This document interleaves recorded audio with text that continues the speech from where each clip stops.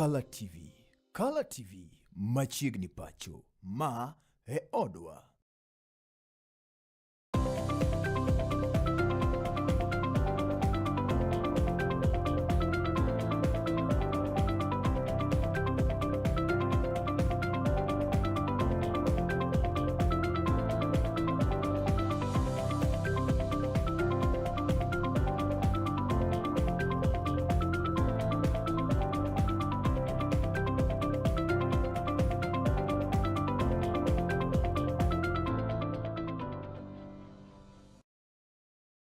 Omolo kanyo Sadek janeno mar Color TV, weche manyien mago mag ng'end weche biro ni achiel kachiel chakre gi sani. Mokwongo kaw thuond wechego.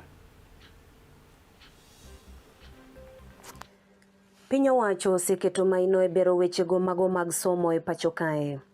So that exercise is now being undertaken, and I think there was an advert by TSC for all the teachers with TSC numbers to go into the portal and indicate what they are doing currently, so that we can now have a proper data of all the teachers that are employed.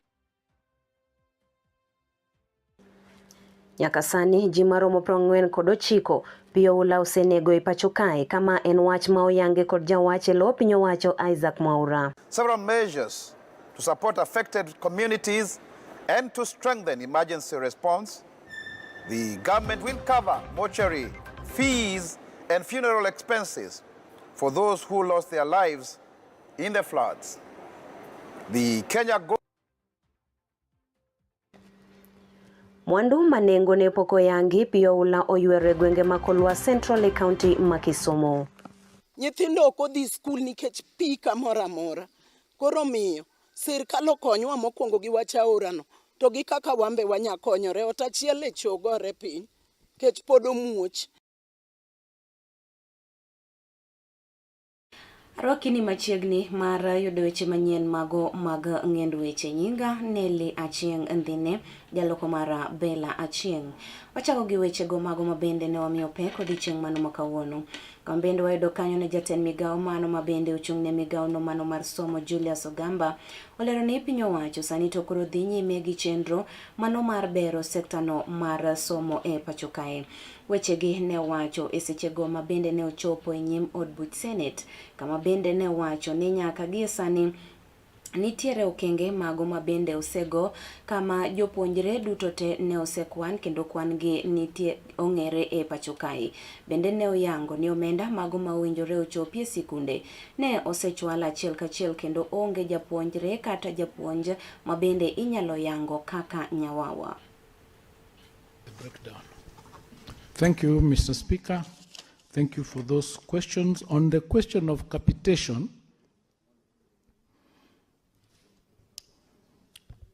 the question of capitation, institutions uploading, we have for the first time were able to release capitation this time before the schools opened.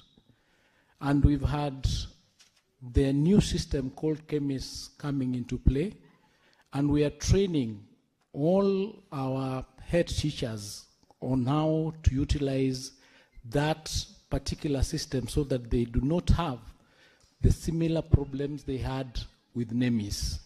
We are training their teachers, and we are training 3 champion teachers in each institution so that we have enough capacity of all our teachers to be able to input the data of the students on time for us to be able to release capitation to the schools on time. We have requested them to reach out to our institutions, to our headquarters, if there is a problem, and solutions are given to them. They get assistance from our IT teams so that that particular problem ceases to exist because it was predominant in the previous system.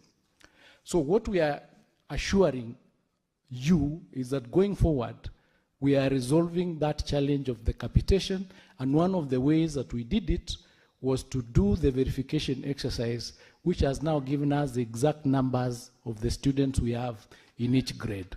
The exercise we did, we got numbers from each grade, we got how many female are there, how many male, special needs, so that going forward we don't have that problem of Bende wedo kanyo ni piny owacho kokalo kuom migaono mano mar somo oyango ni nyaka gie sani gidhi nyime kod chenro mano mar ndiko jopuonj mantiere pacho kae, kendo bende gisendiko jopuonj mago mathoth e tich.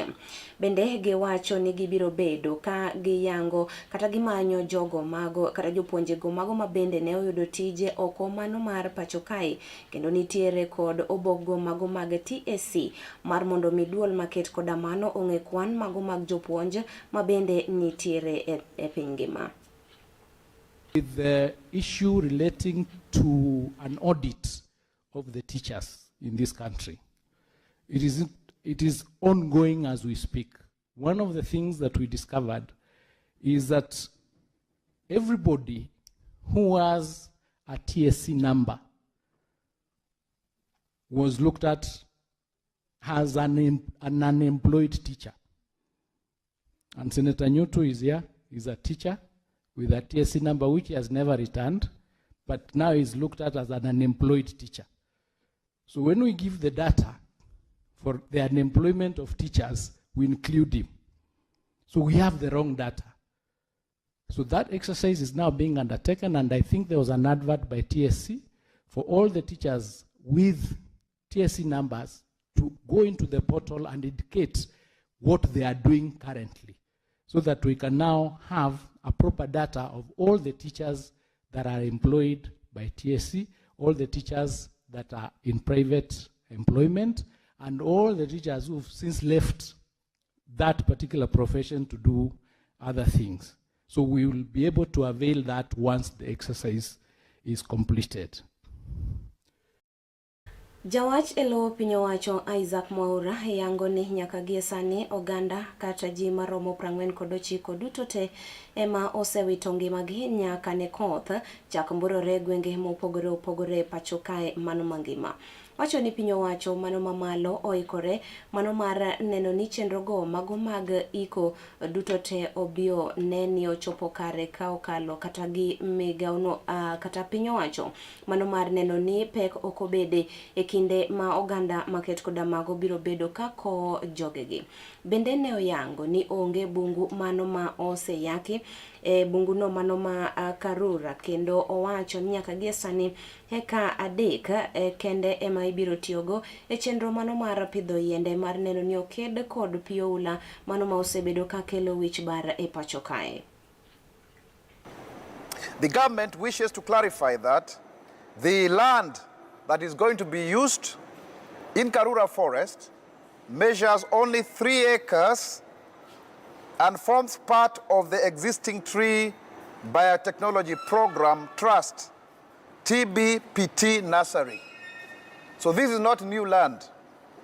This exercise does not involve any new clearing. The government has put in place several measures to support affected communities and to strengthen emergency response.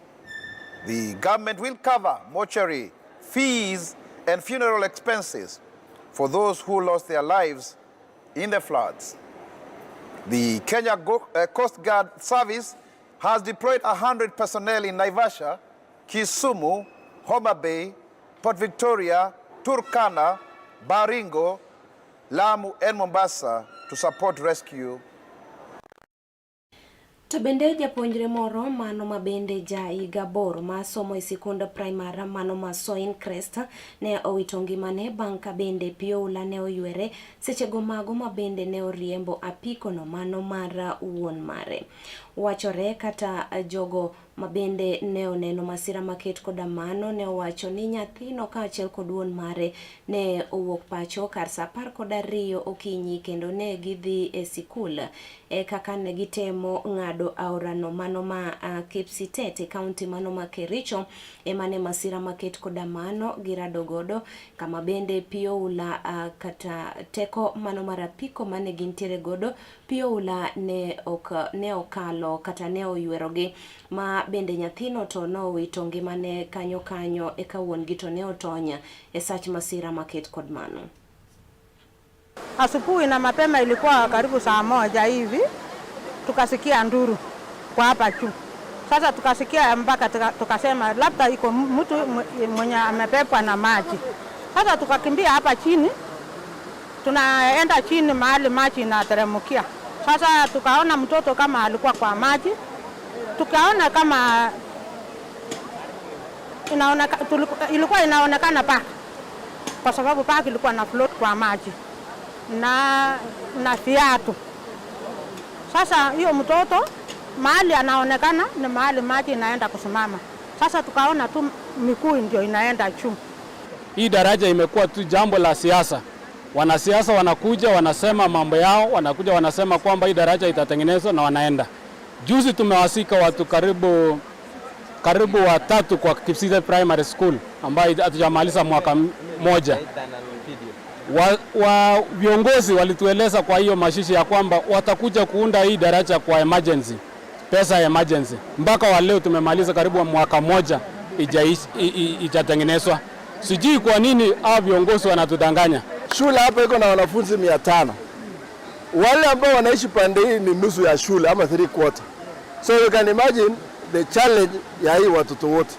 So waziri, tafadhali, kuna pesa ya serikali ya emergency, weka emergency kwa barabara na bridges yenye inahadharisha maisha ya wananchi so that our people are safe. Nataka kuuliza Bwana Governor Mutai, kuna hii emergency county emergency response tulipitiza, iko kwa constitution, lakini sasa hapa haifanyi kazi. Tunauliza sasa inafanya nini? Inafanya nini kwa hiyo county kama iko? Why don't that team ikuja hapa Soi ndio isaidia? Toka podo medo manarango wechego moten record koth machue pachokae wayodo ni koth mamedo mborore pachokae koronito en mano mabende medo mana kelo midhiero matam record nono ne oganda mawuok e gwenge ma opogore. Eikolwa Central Ward oganda mago mathoth kaachiel kod kanyo ma oting'o mwandu kaachiel kod ute ne okethore bang' ka bende koth ne oketho mwandu maket koda mago. Kodhno manochwe otieno ma piny orugodo kawuono oweyo ka kwan oganda buora odong' nono maonge kar jot wirani aora ma Nyamasaria opong' kendo muomo moketho ng'eny kuom ute manie wardno ma Kolwa Central. Jogweng' ma kono gi sani koro kwayo kony ma apoya kowuok kuom tend kaunti ma Kisumu kod jogo ma chunygi ng'won. Koro ne wayudo chandruok maduong' ahinya ka pi nomuomo ma aora Nyamasaria ofuyo mobiro malo e level ma malo ma koro ong'ogo pi mang'eny moingo teko wa koromo kar saa 5. Mwandu odhi, TV odhi, sufrieche, kila kitu gin gik modhi e nam kucho. Koro wayudo chandruok mwadong' adong'a gi lwetwa kaka wan kama. Wakia ni wadwa chako nang'o, mogo mane nitie pi odonje, wan wadong' kama. Koro wan wakwayo sirkal gima dang' okonywa go maduong' mokwongo. Oketnwa beacon e dho aora. Nyithindo ok odhi skul nikech pi kamoro amora. Koro miyo sirkal okonywa mokwongo gi wach aorano, to gi kaka wambe wanyakonyore. Ot achiel e chogore piny kech pod omuoch, onge ng'anya dak e iye. Nyinga iluonga ni Millicent Luanda. An gi joma dongo ka ma an go e lweta mabedo gago kaka pile. Kanoromo saa 5 otieno ne pi omonjogi moturo negi ot. Kata sani moloyo mama ma wuon odni to koro sani tuo mok nyal entie ot kacha. Koro akwayo mana ka ng'ato Nyasaye nyalo donjo chunye mondo konya. Adong' anana kaka anni gik moko kethore te. Koth ma kamano bende oweyo kod lal mathoth ne ng'eny johala ma kono bang' pi oula dhi kod mwandu gi otieno manyorono, ka koro kwayo margi maduong' ne piny owacho en mondo resgi mapiyo kokalo e sirogi gidhi nyime kod ohendnigi mapile pile. Ani Betha Adoyo Mondi, wan wa johala ma Nyamasaria ka. Onge kaka wanyalo timo nikech sani gige wa manye wauso pi odhigo. Koro kaka wanyalo uso onge, wan wakwayo mana sirkal ni koyie to mondo mi wakony, mondo mi wayud kaka wanyalo timore nade. Wanyalo loko nikech mae ma wakonyogo nyithindo kadhi sikul. Koso ketho na mchele, ngano, chak girigo bodhi, moko kethore ipi kuro, ichodha, sikari, michele. Mwandu kethore mang'eny jowadwa, kata moko nie laroka. Mimi naitwa Steven Kibagendi, ni mkaaji wa Nyamasaria hapa, kaunti ya Kisumu. Waangalie mambo ya gabions, watengeneze hizi gabions, zinawasumbua kila wakati. Tumepata hasara kubwa, michele zimeharibika, maziwa zimeharibika, sukari zimeharibika. Korka kore tumsi makono migosi Kevin Oraro ochope masira manokel gi pi aorano ma Nyamasaria kendo kwayo kony ne jogo manoyudo masira kojiwo jodak makono mondo koroni obed akicha e kinde ni makoth medo chwe. Mos ne oganda duto manopio hinyo e Kolwa Central Ward sana jo Nyamasaria area asiwuothe delni moko matin. County government kawo nyinge moko mondo gineni ang'o ma ginyalo timo.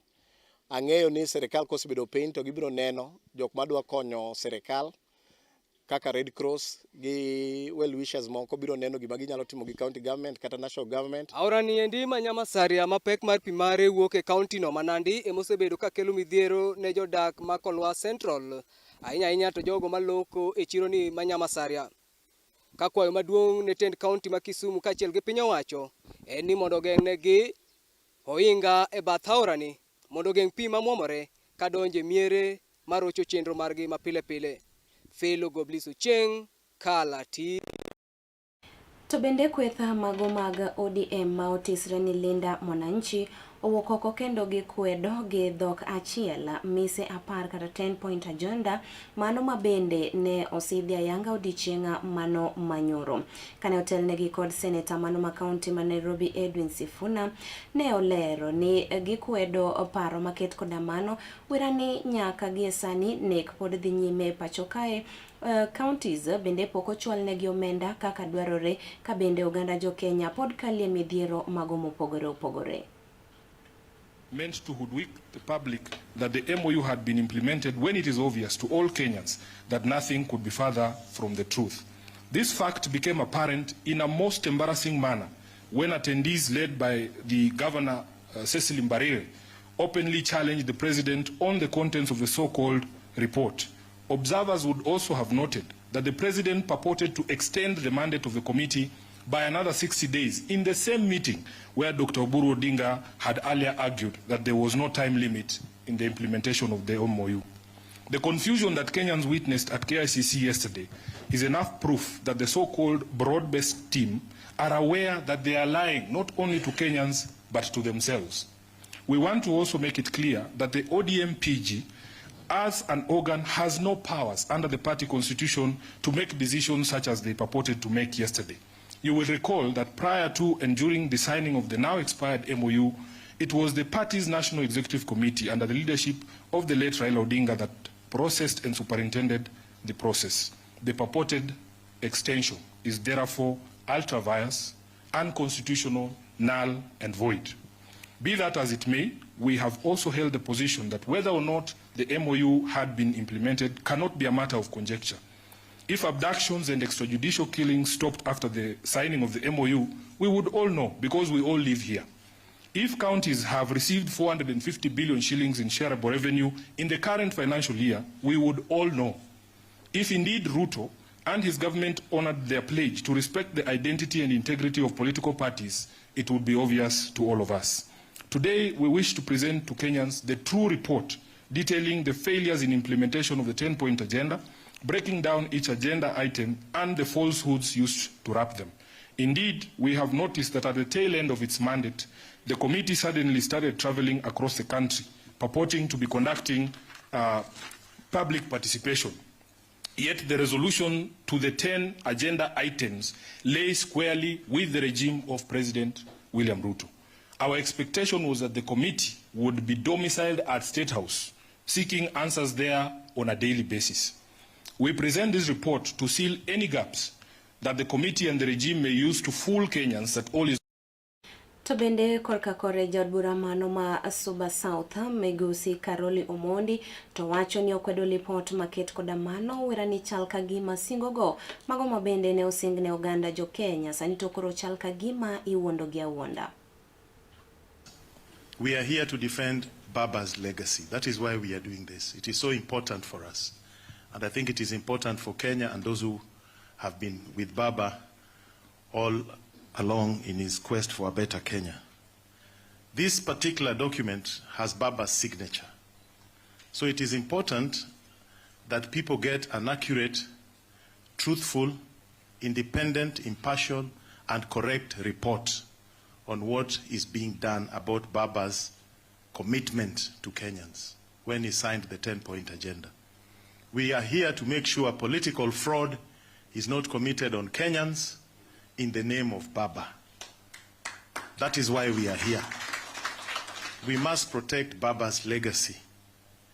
That is our duty as members of ODM, as members of Linda Mwananchi, as people who worked with Baba. Secondly, whether it is NADCO or whether it is the 10-point agenda, these documents were made in the name of the people. So there must be a people's report, not what you saw yesterday, a conspiracy of some sort. The people themselves must give a verdict. And what we are going to give here today is the people's report on what they think on the implementation of NADCO and the 10-point agenda. And finally, we all have national values in our constitution. There must be accountability. When leaders make certain public commitments, they must be held accountable. What we are trying to do here is to hold those who signed this to be accountable to Kenyans. So people may ask, Yena mondo miaga muya kata kamano kikidhi mabor bang' kinde machuok aduogo kod weche mathoth.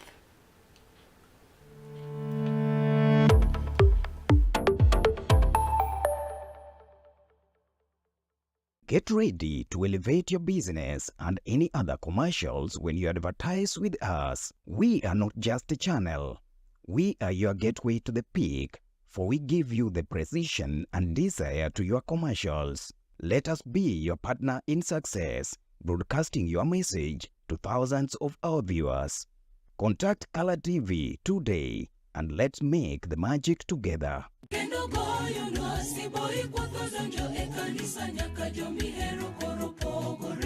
En gino makare mar chako odiochieng' gi ruoth.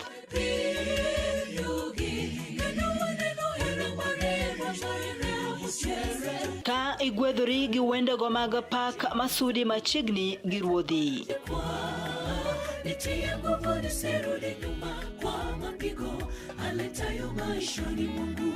Bende wakelo ni jipo mag muma koda puonjruok mar leson ma itayi gi Pastor Charles Odinde.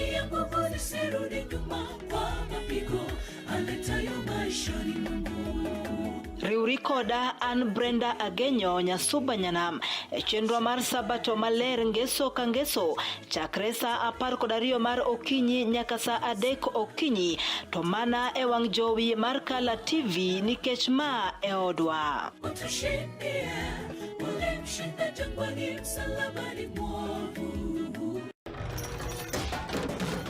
Tok bedo kod odiochieng' marabora e sikunde ka iduogo pacho, yud thuolo mar kweyo pachi kendo bedo gi mor e chenro mar Bang School. Chenro mar Bang School chakore sa 10:30 mamidhiambo nyaka sa 11 mamidhiambo. Kama inene katun mamori, ipuonjori weche mathoth, ibedo kod mor gi nyiero motimo Cathedral. Kik bai, Bang School, chenro manigi mor lilo ne nyithindo duto. Color TV, machiegni pacho ma e odwa.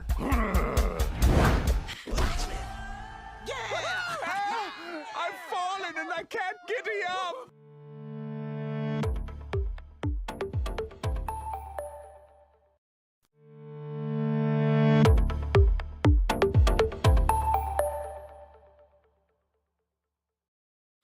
Machiegni kendo wadhi nyime. Wayudo kanyo ni winjruok e kind duond bura mano mar ODM kaachiel kod duond bura mano mar UDA sani to koro idhi nyime kod siro kod moko kuom jotelo kata obedo ni jagoro mano mar duond bura mar ODM Edwin Sifuna to osewuok oko mano mar kwedo winjruok makamano ka wacho ni nitiere moko kuom gigo mane ok okete tim e sacha winjruok maket koda mano. Kane oloso e wach makama jalno mabende ochung'ne chenro mano mar chiwo paro maleo e apisi mano mar jatend piny mano Migosi Karisa Nzai ne okoni duond bura mar ODM pod ongirore kendo ka ochopo yiero mano maduong' ma ibiro bago higa manyien to duond bura no nyalo biro chuogo piny owacho. Sahii watu wa ODM washakaribishwa ndani ya nyumba na sisi tunataka kufanya kazi na wao. Habari ya watu wengine ambao wameshashikwa na uoga, ODM imenunuliwa na UDA, sisi tuliwafikia Rais kazi yake ni kuona kwamba chama chetu cha UDA na ODM na wengine ambao wako na maswala sawia na yetu, tutaungana na wao, kwa sababu sisi tunataka kuwa na Kenya moja yenye amani. Na hiyo ndio kazi rais anafanya. Na maendeleo sisi tunaendelea. Wale wanaofanya siasa wacha waendelee kufanya siasa. Rais anakagua miradi. Kila siku unasikia ameenda kukagua mradi wa nyumba, ameenda kukagua mradi wa stima, ameenda kuweka damu mahali fulani, ameenda anaongeza wakati watu hawana SHA, sasa SHA iko, watu wanaipigia siasa hiyo kwa sababu imeshika. Watu wanalipiwa na SHA. Kwa hivyo watu hii habari ya kuwa SHA hakuna, sijui inaletwa nini, wachana na hiyo. Wananchi jiandikisheni SHA muweze kupata matibabu. Rais William Ruto amehakikisha kwamba kila Mkenya ni jukumu la serikali kuhakikisha linamlipia masuala yake ya afya. So sisi tuko tayari, tunaendelea kufanya, na sisi tutaendelea kufanya maendeleo, na wenye kutaka kufanya siasa wacha waendelee kufanya siasa, na wakiendelea vile wanaendelea bila, kwanza mimi nawaonea huruma hawa ndugu zangu, kwa sababu mpaka sasa mnasema mtapangana ndio mlete presidential candidate. Ewe, hii itawapita mbio hii. Hapana, ODM ni chama iko na nguvu na wanaendelea na nguvu yao. Na waendelee na nguvu yao, walete hiyo nguvu yao huku kwa UDA, tupange serikali pamoja. Jambo kubwa ambalo wako nalo ni maji. Maji bado wako na shida. NACOL imelilia kutoka dunia yumbwe. Hawajawahi kuona hati miliki. Wako na shida ya hati miliki ya pale NACOL. Imekuwa ikitumika siasa tu. Kwa sababu wakati siasa inafika maneno inatembea, wakati siasa inafika maneno inatembea, lakini hakuna production yoyote ambayo imekuwa. In fact, kwanza ni jambo la kusikitisha, watu wa NACOL hawana primary school, wako na shida. Kutoka hapo NACOL mimi nilianzisha nikiwa councilor hapo, nikawajengea nursery school tukiwa wakati huo wetu. Kutoka ile siku mimi nilijenga, hakuna kitu kingine imeendelea. Hakuna, haijaongezeka hata madarasa, haijaongezeka primary school, haijaongezeka hata secondary school. Kama hai.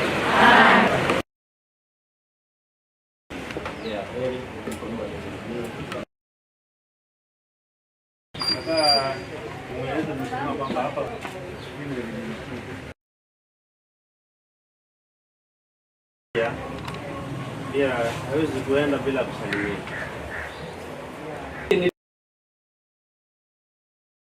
Ngozi huu utakaoingia tuko pamoja. Asanteni.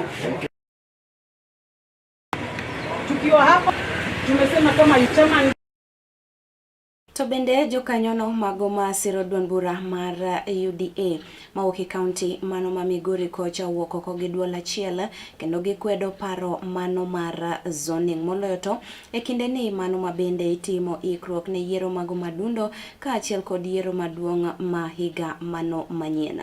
Kane otelnegi kod migosi Fares Oguda, mano ma bende en jakom mar duond bura mar UDA kaunti mano ma Migori, ne owacho ni paro mano mar zoning ok en mano manitiere kare, kendo ne ojiwo jogo ma olap dhogi ndong' ne kombe mopogore opogore mondo mi giti matek mar yudo kombe maket koda mago. Bende ne okwayo jotelo ma otelo ne duond bura mar UDA kaachiel kod mano mar ODM mondo mi kik gichun jogo ombulu kod wechego mag zoning. Montie sani nadwana wach kama jolalawa Ruto anabiro wuoyo national government nadwana kwan gik ma president osetimonwa. Unaona kwani wabedo piny iga mane pod odwaro loch. Mimi si support mambo ya zoning. Tunataka wananchi waachwe free, kila mtu ajipigania apate nafasi yake vile ameweza. Lakini mambo ya zoning hatutaki. Saa hizi tunataka maendeleo na tunataka development ambayo inaendezwa kwa hii serikali ya William Samoei Ruto. Hakuna kitu kingine bali na hiyo. Kwa hivyo hatutakubali. Tuna support William Ruto. Totam lazima malize kwa sababu ametusaidia na maendeleo kokote tu Kenya. We as UDA, we are of opposite side of that narrative because during that time Mheshimiwa Raila was on race, the 2022 general election, we saw voter apathy that was resulted by this thing called zoning. Zoning brought a lot of apathy. In fact, Raila could have been the president because Mheshimiwa Ruto only won with a margin of 200,000 votes. But as a result of voting, this thing now came the reverse. So as a party, UDA in Nyanza, UDA in Migori, we are of opposite side of that narrative. Mane eno gai mano mar bad migao mar doho David Maraga odichieng' ma kawuono ne odhi nyime kod campaign mare mano mar joganda jo Kenya mondo miye thuolo mar biro bedo jatend piny Kenya e yiero ma higa mano manyien. Odichieng' ma kawuono ne ogoyo tach e gwengego ma Kerugoya kama bende ne ojiwo oganda makono mar mondo mi ondikre kaka jogo ombulu kendo gibed achiel kuom jogo ma bende biro loso historia mathurka kuom yiero jotelo mago ma owinjore. Jao itakuwa vile tunasema kwa Kiingereza a divining election. Itakuwa kura ya muhimu tangu hata kushinda sote ambao tumepiga tangu tupate uhuru wetu. Ni kwa nini? Ni kwa sababu vile mambo inaenda nchi yetu tunataka kujiokoa. Ni lazima tujiokoe, tukiendelea hivi Kenya itaangamia. Na kuangamizwa kwa Kenya yetu ni wale ambao tumepatia mamlaka na badala ya kuchunga mali ya umma wanaiba kila mara. Hakuna siku hata moja unaweza kwenda bila kuona scandal ya ofisadi. Kwa hivyo ni muhimu Mkenya wote achukue kura, apige kura mwaka ujao. Obila magoma Kisumu ne ondhiyo dichuo moro mano mabende osebed ka imanyo bang' ka video mare ne onere kor mbui ka oyiecho omenda go mago mag Kenya. Apisas maka BFIU kata Bank Fraud Investigation Unit ne omanyo achich Wechemanyien Montari mano mabende wachore ni jahiga 23 ma oyude kar dak mano ma Mamboleo e kane gindhiye.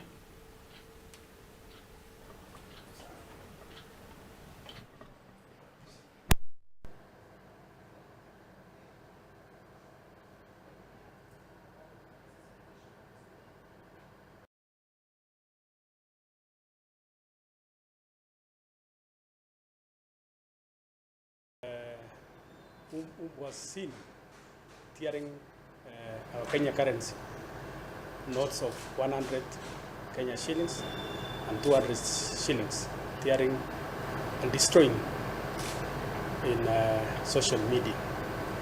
Our officers from the Banking Fraud Investigation Unit moved with speed, and we were able to arrest one person by the name Wechemanyien Montari Nyakwaya, whom was positively identified as the person seen in the social media tearing and destroying our currencies. Right now, he's in our custody, and we are arraigning him in court tomorrow morning for the offense of destroying and tearing our Kenya currencies. Yeah, I want to make a call to members of the public that it's a criminal offense to destroy our treasures, national treasures, in terms of the currencies, be it 20 shillings and so on. It's a criminal offense. We want to advise them that let's abstain from doing such a heinous act. Kapokatieko weche manyien mag ng'end weche yena mondo miya yang moko kuom jogo ma ochwalo na ote mano machuok. Wachona kanyo John Otunge ni owinja kendo neno weche manyien e yono makare. Charles Lwanga, mano mwalimu Charles Lwanga from Nyamira County, Kenyerere basement, well streaming with my wife Jacqueline Kwamboka. Wednesday with Gladys Kerubo, Lavi Kwamboka, Sylvia Mora, Weldon Nyaore, Rafael Misuko, Jacqueline Kwamboka na No Turning Back. Owacho ni omor kod weche manyien ma ichwalo ne achiel kachiel kokalo wang' jowi mano mar kala. Erokamano ahinya.